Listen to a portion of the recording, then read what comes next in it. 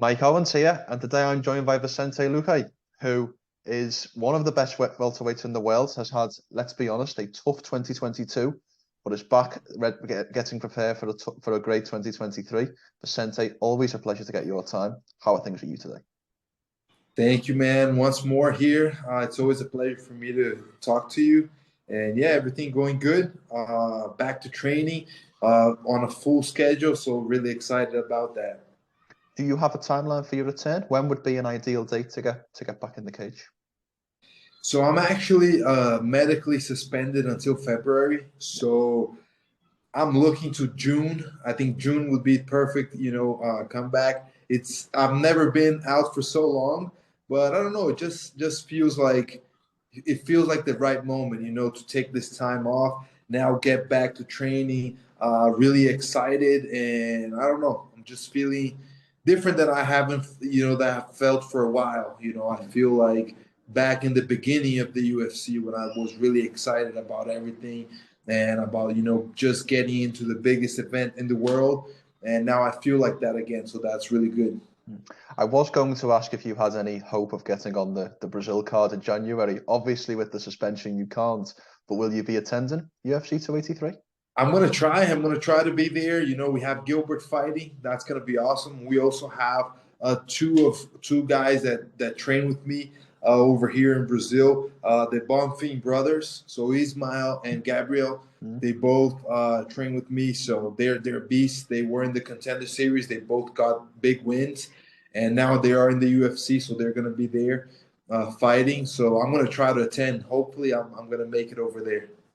Can I ask a question? Can I ask an honest question? Why do you think Gilbert took the fight with Neil Magny? Because to me, I don't really see other than the paycheck what Gilbert gets as a bonus from beating a great fighter, but a fighter lower down the rankings than Neil Magny. I think that fighting at home, I think that's something. It's always, I don't know, for me and for him. I know that for him, it's really special. For me, it has always been special. So I think that's what he really wants. And it's been a while since he's fought in Rio. So his last fight in Brazil was here in Brazil, in my hometown, against Damian Maia. That was 2020. And after that, we had no cards in Brazil. And I don't really remember when he fought in Rio. So that's always something that he's looking forward to and motivates him a lot. So that's what I think, that's the biggest thing for him. Obviously, the paycheck is always awesome. And Neil Magny is a great fight. I think that the ideal fight would have been with Masvidal. I thought it was going to happen, but unfortunately, it didn't go through. I think that fight would have been amazing. But still, Neil Magny is a tough guy, and I think stylistically it matches really good for Gilbert. So I think it's a great fight for him to go out there and do what he does and get a big win in front of his hometown. Of course. You mentioned the Masvidal fight, the rumored Masvidal fight with Gilbert. Why do you think that fight never materialized? I don't know. It's tough, I know that Gilbert is always up to a fight, and if he's calling someone out, he really, he's ready to fight, and he's gonna fight no matter what. Even if he gets injured or whatever, he's gonna make sure that he recovers and gets to that fight. So I gotta think that something went wrong, on the other side with Masvidal. I don't know if maybe he didn't get the pay he wanted. Maybe it's a tough opponent, and he doesn't want to risk, fighting a guy. Even though Gilbert is well ranked, he's a tough guy, So it's always a fight that some guys are not willing to take, or maybe personal issues. You never know. I know that he has all those things going on with Colby still with that incident. So I don't know. I can't really say. I know that Gilbert was ready for that fight. Division ranking wise, it probably makes more sense for you to be calling out Masvidal because I think he's either one position above or below you in the rankings. Do you think that fight is possible, or do you think the Gamebreds maybe star power and maybe might want to accept a fight with the silent assassin? I don't know. I would definitely be willing to fight him. I believe he's one. I think I'm number 9, and he's either 10 or 11. But I'm not sure. Rankings change all the time, so I'm not sure. But I think it's something like that. And I don't know, maybe stylistically for him, I think it would be interesting. For me, it's very interesting as well. We're both strikers. We're both guys that want to go in there and just, try to knock each other out. So I think that if you look at that sense, it's a fair fight for both, and even better for the fans. And so I think it's a fight that does make a lot of sense. I would definitely be willing to fight against him. As I said, I got to wait for June. I think June is the perfect time to fight. If he wants to wait, if he wants to be the guy to welcome me back to the octagon, I would be willing to fight him with. Definitely. I think it would be an awesome fight. Of course. If we turn the conversation back to yourself a little bit, as I mentioned at the top of in my intro, you come off a little bit of a tough couple of back-to-back losses this year against Bilal and then obviously against Jeff Neal. What went wrong in 2022 for you, in your opinion? Was there something that went wrong, or was it just tough fights? I don't know. It's hard to say that something went wrong. It definitely did. That's why I didn't get the wins. There were mistakes made. Some small mistakes made before, during training camp, decisions that I could have made differently. And during the fight, also decisions during the fight that I could have made differently and different ways. The fight with Bilal, that was one fight where I think I made maybe what I did correct against the mistakes I made against Jeff is what I should have done against Bilal, and and the other way around. So it's just little adjustments, but I don't know. I don't think it was anything really wrong. I just think that at this level, when we get to the high level, we're gonna pay for little mistakes, and that's what I think I did. Little mistakes, little adjustments that I gotta make, and if I didn't make them in time, I was gonna take the losses as I did. But now I have the opportunity to grow with that, to look at that, take a look back at my performances and start, correcting all these little adjustments and put myself, in the position and in the level I need to be to compete against this top contenders. Do you plan to make changes when you next prepare for a fight? Do you plan to maybe structure your training camp differently, or do you think that wasn't an issue? Yeah, I do think it was an issue, and that's something that I have been making a little bit of changes. The biggest one will be much more time spent at KillCliff. So I'll probably be I'm going there in February, and if I'm actually gonna fight in June, I'll probably just stay there until June and make sure that I get all the work done over there. And that's something I haven't done for a while. So since the pandemic started, when 2020 went on and everything, I was in Brazil for a long time. I didn't go to the US as often, and I didn't go there, before fights for so long, maybe 4 weeks for my last fight. And before that, all my camps were here in Brazil. And not that it was bad, but I think that I'm not the kind of guy that can just always train the same way. I got to be out of my comfort zone. I got to be, hearing, also getting like advice from different people that see different things. And then my game can always keep on evolving and not just be the same thing. And I feel like when I watch my fights, my last 4 or 5 fights, I'm kind of pretty much the same. I haven't changed so much, and people are studying me. I have a lot of fights for people to look at, so I'm just kind of predictable, and that's what I got to change. So that's why I feel like training there at KillCliff. In my division, I think they got like maybe 10 guys that are top like welterweights in different events in the world. Bellator, UFC, ONE FC. So a lot of top guys, PFL as well. So I'm sure that 10 guys are kind of like top 5 level. And then we have other like 20 guys at welterweight division. So it's a lot of people for me to work with, a lot of different kind of styles for me to work with, and just be able to develop my own style, improve and change, and change. Because I know when I watch and I look at myself, I know how better I can be. I know how much I still have, to show inside that octagon. So I just feel like I have to find the right way to train where I can make that, just showing the fights. KillCliff FC feels like the best place for a welterweight or a middleweight fighter to train with the bodies that you mentioned. Who gives you the toughest rounds? Who is the toughest sparring partner out of that gym, in your opinion? Man, one guy that has always been, a really tough guy for me to train with is Jason Jackson. So Jason, he's a striker, and he started off as a striker, really boxing oriented.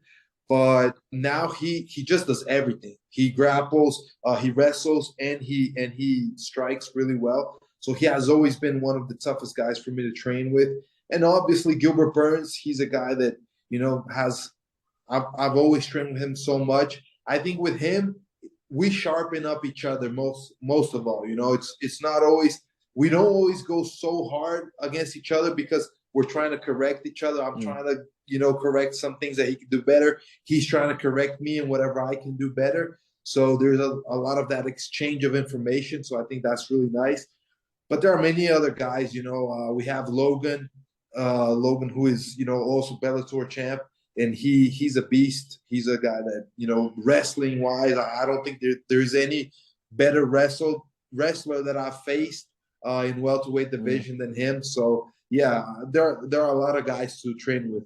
100%. You mentioned wrestlers there, and I'd like to talk about a Swedish wrestler in your division, in Khamzat Chimaev, because since we last spoke, he's kind of had this evil turn, if you like. He's went from loved by the fans to hated by the fans. So what have you made of Khamzat's performance against Kevin Holland, and what have you made of his turn to maybe into a bit more of a villain?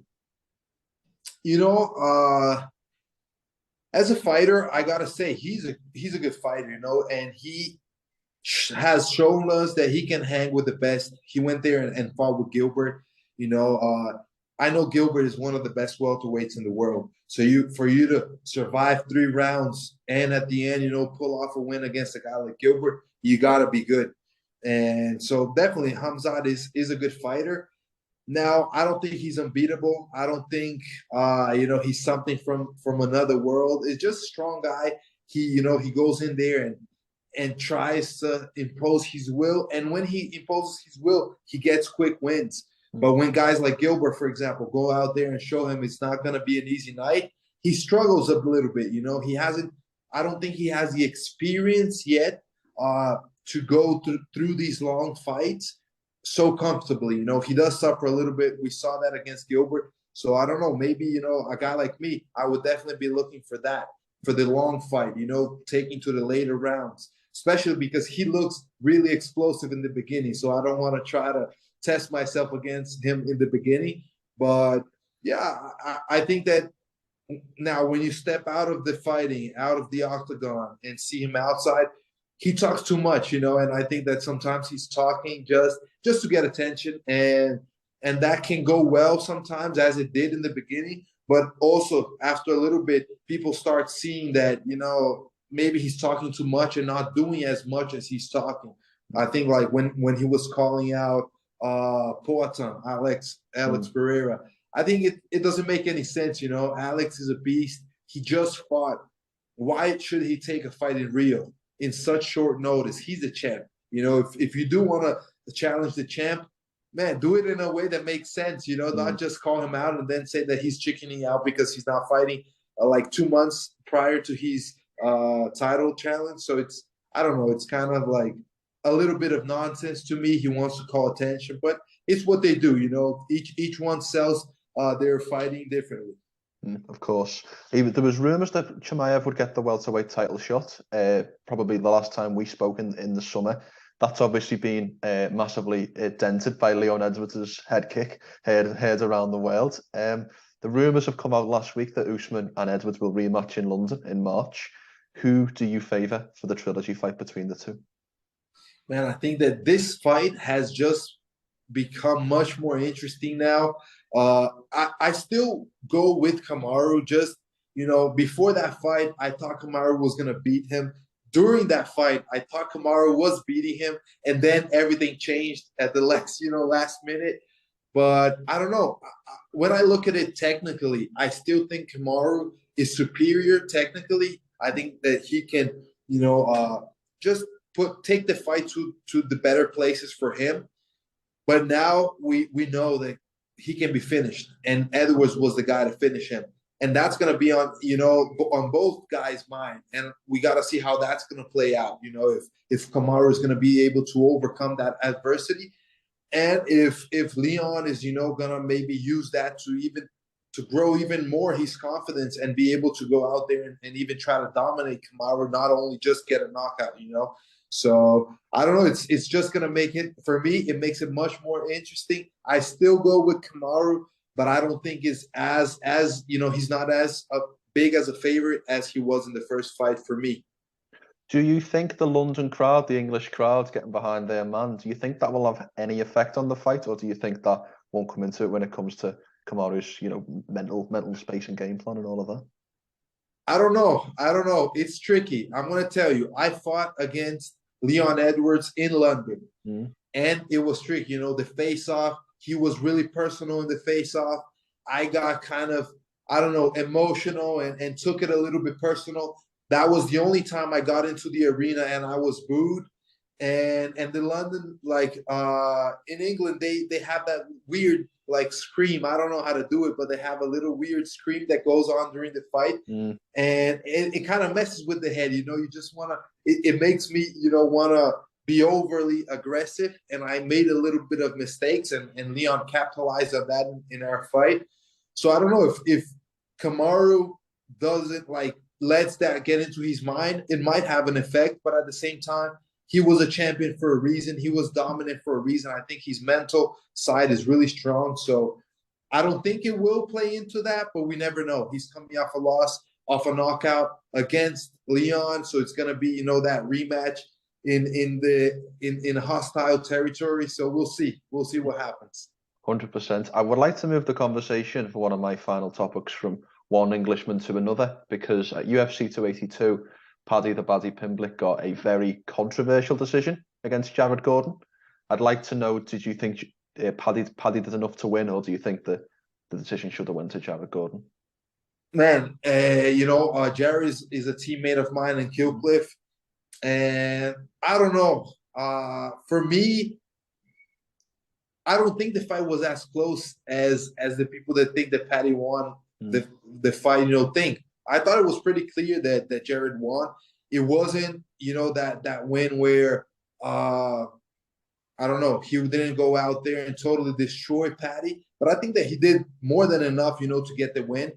But I heard Paddy say, "Oh, he came out with a clean face," and Jared did it.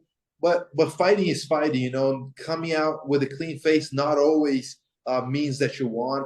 I pretty easily cut because of scar tissue. I cut very easily. So you hit me 1 or 2 shots, I get cut. And takedowns count. Controlling the floor, that counts a lot in MMA. So I don't know. I think Jared won.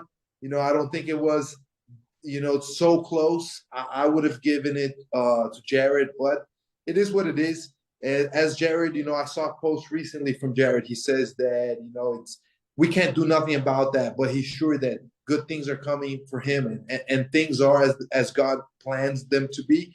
And that's what I think, there isn't much for us to be fighting about it, arguing about it. Paddy's going to go on with his career. Jared is going to go on with his career. Both guys are beasts. And Jared, has a bright future for sure. And Paddy is a guy that I believe also has a bright future. He's really, a really entertaining guy. So we'll see what goes on. I think Jared won that fight. Last one from me, last subject. We've got to talk about the World Cup because the favourites, Brazil, are already out. Vicente, your team, I would imagine. Come on, what's happened? What happened again in the Croatia game, and what are emotions like in the city of Brasilia after the quarterfinal defeat? Man, losing in the World Cup for Brazilians, it's like somebody of our family died, and we're just, everybody's sad. Everybody is like, okay, there is no sense anymore. What we're gonna do now? We gotta wait 4 years to have that opportunity again. And everybody had a lot of hopes in this team. We have a lot of good talent, but I also think everybody, most of the guys in the team are really young. So that's why I think that some mistakes were made, mistakes that could have been, avoided. But unfortunately, they were made, and we can't do anything about it now. That was it. We lost this year. We got to wait for 4 years. And I think many of the guys that were in the team this time will be in the next, in 2026, will be in the team, but much more mature, much better players. And hopefully then we can get that title. 100%. Well, I don't want to say the words 2026 again in Vicente Luque because you've got to fight much nearer than that. It's got to be June 2023 for me. But nevertheless, Vicente, thank you so much for your time. It's always a pleasure to get some of your time, and I look forward to seeing you back in action in June 2023. Thank you. I appreciate it. Appreciate all the fans as well, all the English fans. Hopefully one day I can fight in London again. And yeah, thank you. Thank you.